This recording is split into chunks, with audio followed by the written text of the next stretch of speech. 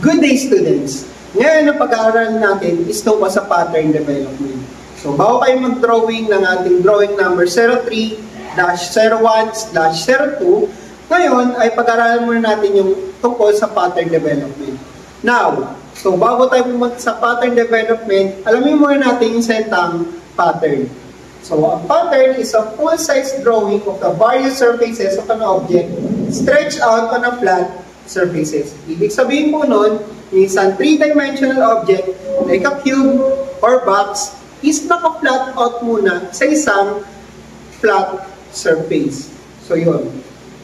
The pattern development itself is a process of laying out the lateral or the outside surfaces of an object to one plane. Ito pong pattern development is a process po o yung paggawa ng isang pattern sa isang papel. So, ito po ay pwede po natin gamitin. It is used for flexible materials such as carton sheet material or anything that can be folded. So, hindi lang po siya sa isang karton, pwede po natin siyang gamitin sa isang metal sheet para may fold into one object or one shape.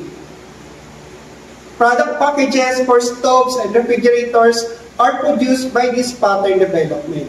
So, hindi lang siya pwede sa stoves or refrigerator, sa box ng stove, box ng refrigerator, pwede natin siyang magamit sa box ng ating mga packages, product packages. For example, pwede natin gamitin yung shape ng cube or ng box sa paggawa natin ng packages ng burger, for example, ng ating pagkain na ating ibibenta in entrepreneurship. Now, meron po tayong sample development objects. So, for example, cubes like cones, box from cones, from box ng cube, or carton ng cube, carton ng cone, from the carton ng pyramid, and ng cylinders. So, meron tayong two types of pattern development. Meron tayong tinatawag na parallel development, whereas refers to the object whose measuring lines are parallel to one another. So, ibig sabihin po nito, commonly ginagamit po siya sa quadrilaterals or four-sided or four sides. For example, squares and rectangles. For example, ito are the cubes, the cylinders, and the prisms. And another one is the radial development. Radial development, their following or measuring lines will converge at a certain point, and examples are pyramids and cones. Kumbaga, yung mga sides niya or yung mga sides niya is mag-converge on one point. So, para po siyang pabilog or from the term radius or radial development, so mag-merge sila sa gitna. So, meron po tayong tinatawag na parts of the pattern. So, meron tayong tinatawag na edge, yung lahat ng dulo nung development po natin, pattern development po natin. Then, the lateral surface, yung flat surface. The seam allowance, ito po yung mga nag-fold. Now, meron po tayong tinatawag na hems, edges, and seams. Sa hem, is used to strengthen the edge of metal sheet or the sheet metal objects. In standard sizes like 4 mm, 6 mm, and 10 mm, etc.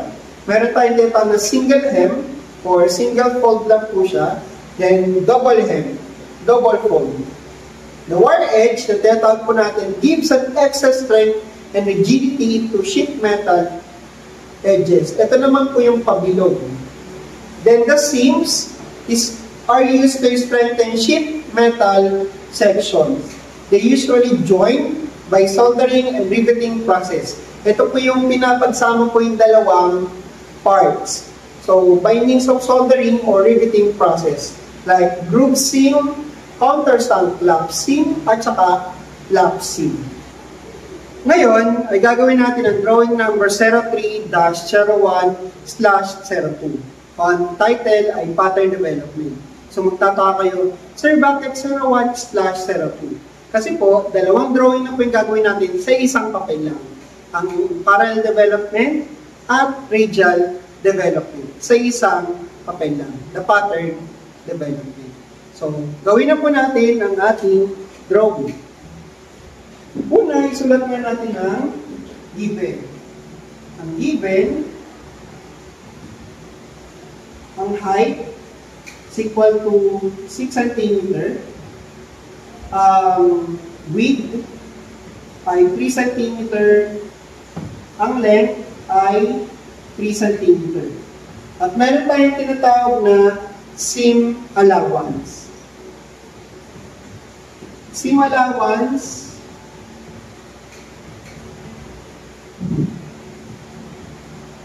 ng sukat niya ay 0.5 cm. So, gawin na natin ang parallel development gamit ng ruler. So, una ay pagsama-samahin natin yung apat na length. Since ang length is 3 cm, multiply natin sa 4. 3 times 4 is 12.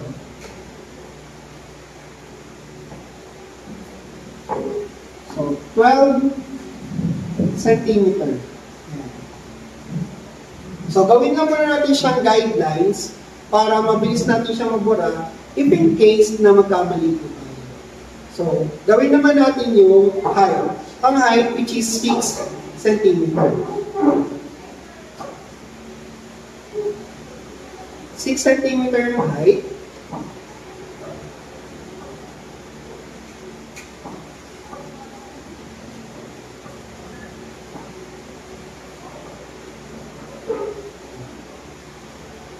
Yung dalawang tulo, pagsamahin po natin.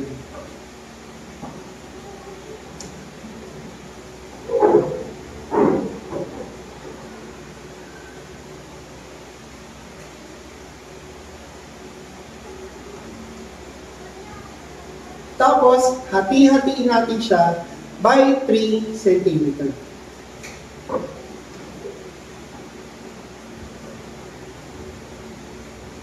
Three centimeter, 3 centimeter, 3 centimeter. 20 po yung taas. 3 centimeter, 3 centimeter, 3 centimeter. Tapos, lagyan natin sila ng lines, which is yung height.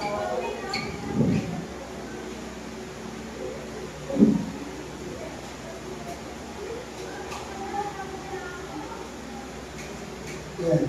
Tapos, gawin naman natin yung sa parteng width. Parteng width na nandito sa baba. Ang width is 3 cm din siya. 3 cm. Extend natin pababa. Extend din natin pababa. 3 cm. I-close natin siya. 3 cm.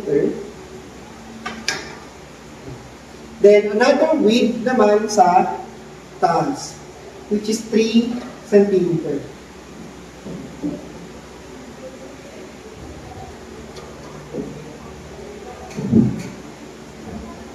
Close natin siya.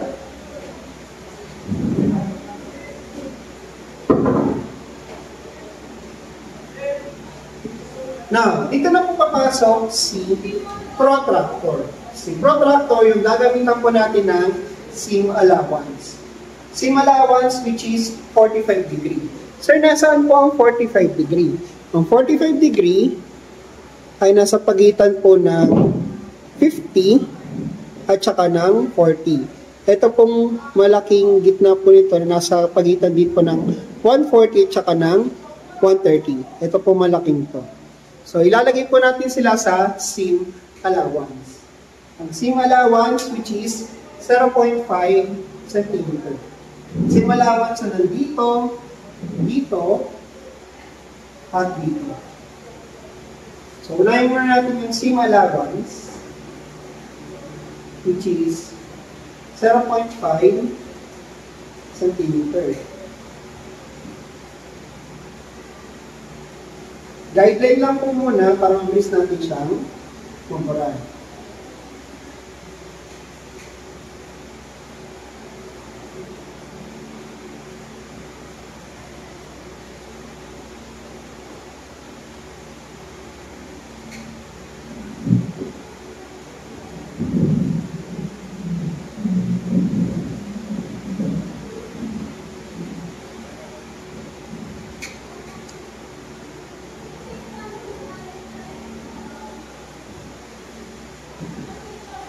Seam allowance din sa baba, which is 0.5 cm.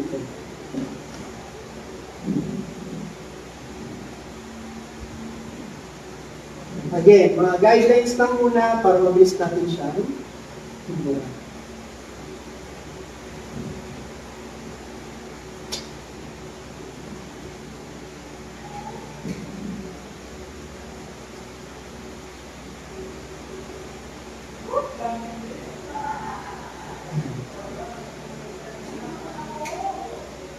So, dito na po papasok si protractor. So, gagamitan po natin siya ng protractor, which is, yung mga gilid niya is naka 45 degrees.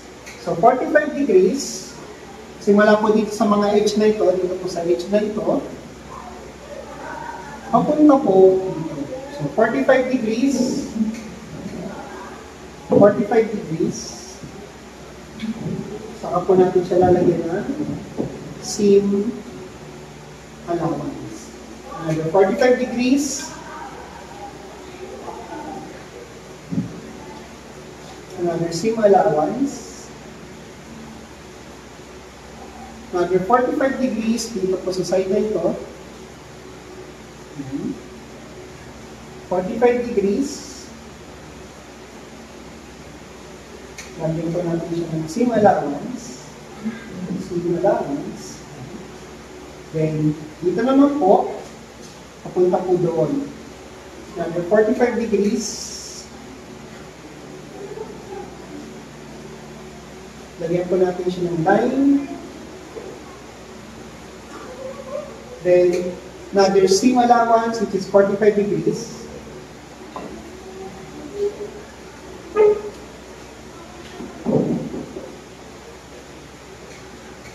Seam allowance ulit dito, which is 45 degrees.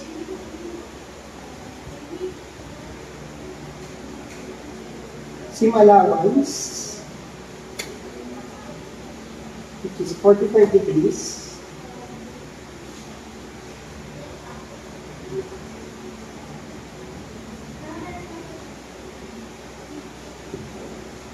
Seam allowance ulit, 45 degrees.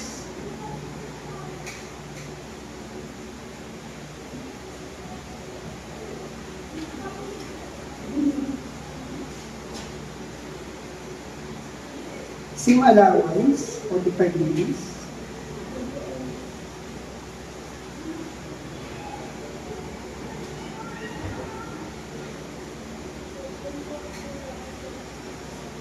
Seam allowance ulit, 45 degrees.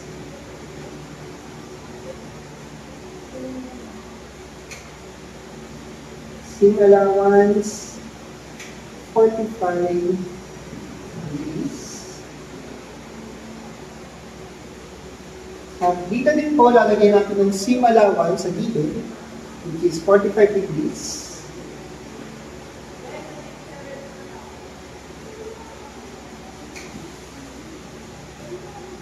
Seam allowance, which is 45 degrees.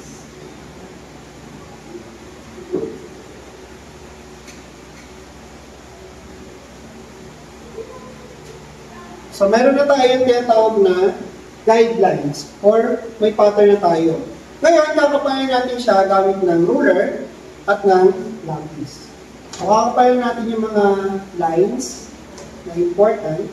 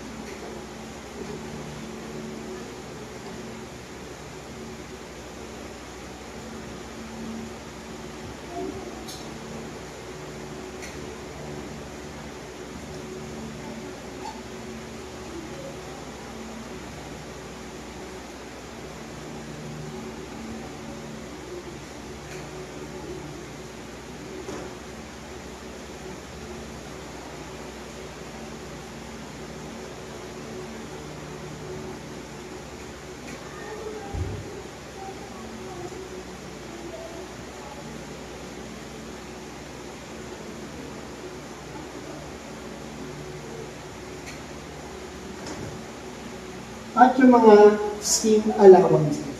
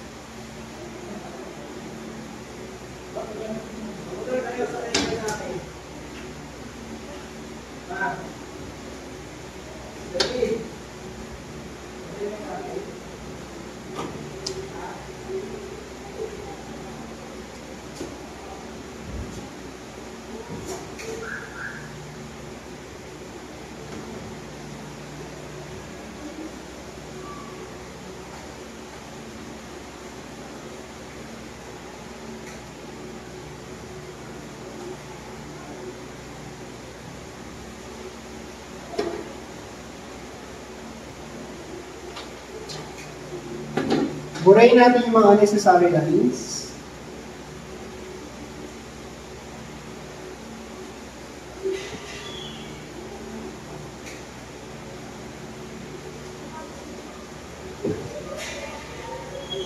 At ganito po gumawa ng parallel development. Natapos natin gawin ang parallel development. Ngayon, gagawin naman natin ang radial development. So, unahin muna natin gawin ang sulat, ang given, which is ang height is equal to 6 cm, ang width is equal to 3 cm, ang length is equal to 3 cm, na may seam allowance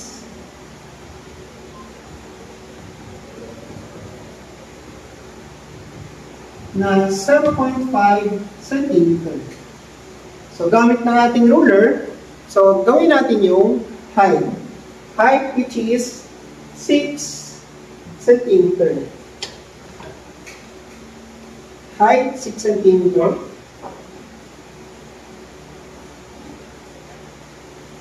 Guidelines lang muna yung gagawin natin para mabilis natin siya mabara if in case na magkamali ito tayo. Now, dito sa 6 cm na ito, kuhain natin yung gitna, which is 3 cm. Lalagyan lang natin siya ng puldo.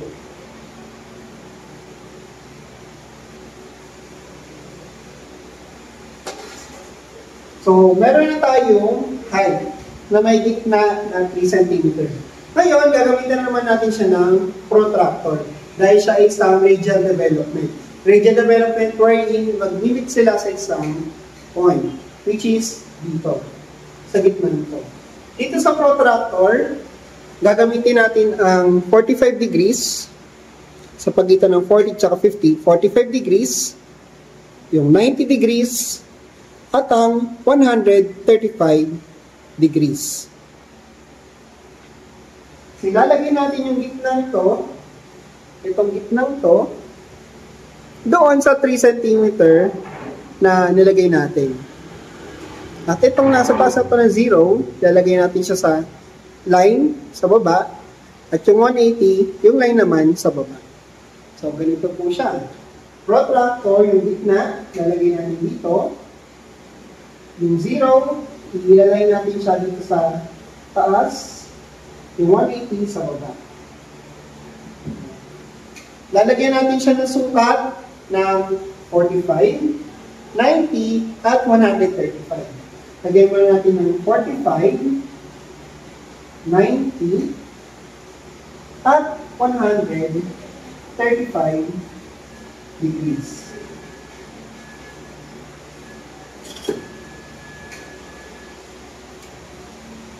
Mga guidelines na po muna yung gagawin natin para mabilis natin siya mabura if in case na magkamali po tayo.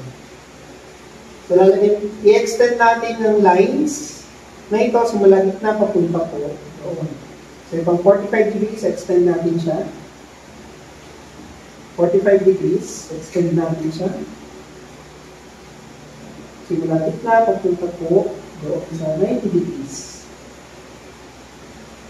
At itong 135 degrees. So, nagawa na natin yung tatlong angles. Ngayon, gawin naman natin yung mismo pattern. Which is yung length is 3 cm. So, napin natin yung 3 cm sa ating group. So, simula dito, papunta po doon, hanapin natin yung 3 cm. 3 cm, lagyan natin siya ng marka. Another 3 cm dito, lagyan natin ng marka. 3 cm, lagyan natin ng marka. So, nakuha natin yung tig 3 cm. So, lagyan natin siya ng lines. Init natin yung lahat ng lines dito, dito, dito.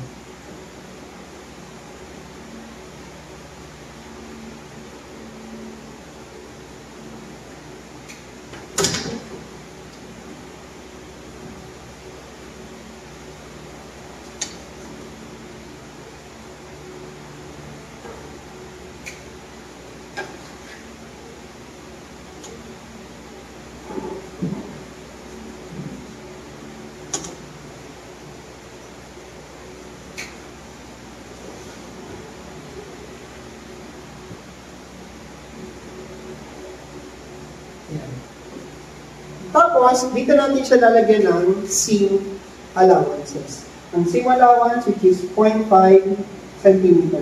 Again, mga guidance lang po ang ating gagawin. Para mag-use natin siya maburan. Tapos, extend natin yung width na nandito sa part nito.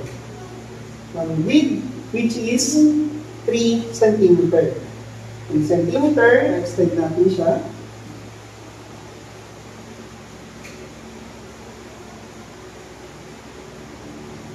Another 3 cm.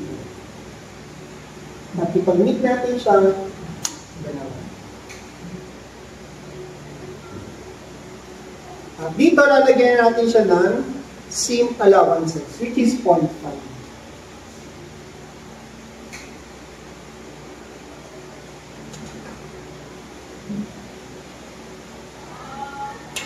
Guidelines,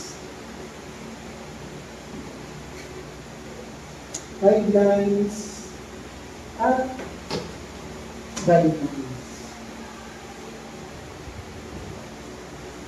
Sa seam allowances, lalagyan natin siya ng angles, which is 45 degrees. So, 45 degrees, ito po ulit siya, sa pagitan ng 40 at ng 50. Ganun din po sa kabila. So, nasa ilalim lang, sa pagitan ng 40 at 50. Ito po. Tsaka, yan. Lagay natin siya sa seam allowances dito, dito, dito, dito, dito, dito. Unahin muna natin, 45 degrees ulit. Dito po, seam allowance, 45 degrees. Seam allowance, 45 degrees.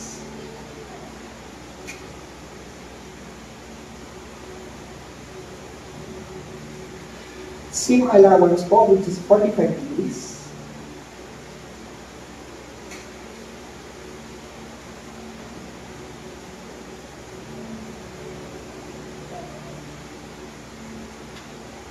Seam allowance, 45 degrees.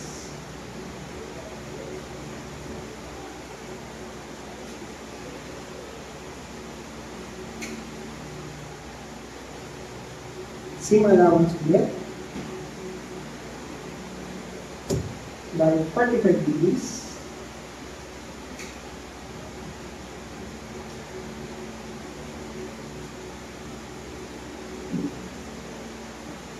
Seam allowance, 45 degrees.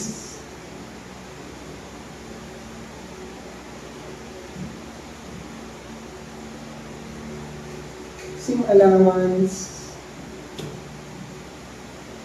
by 45 degrees.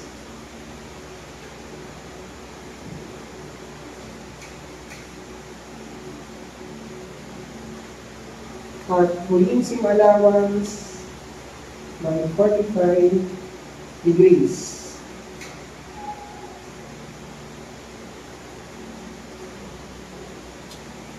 So, meron na tayong pattern. So, kakapalan natin siya.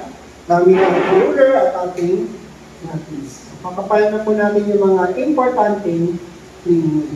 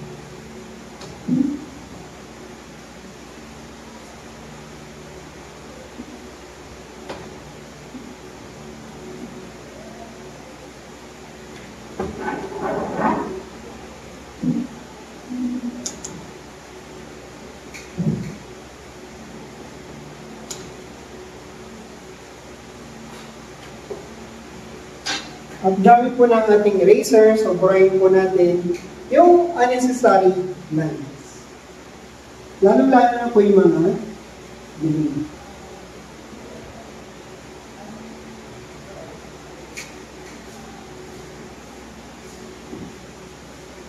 At ganito po gumawa ng isang gradient development. So dito po sa drawing number 03-0102 ay nakagawa tayo ng parallel development at ng gradient development.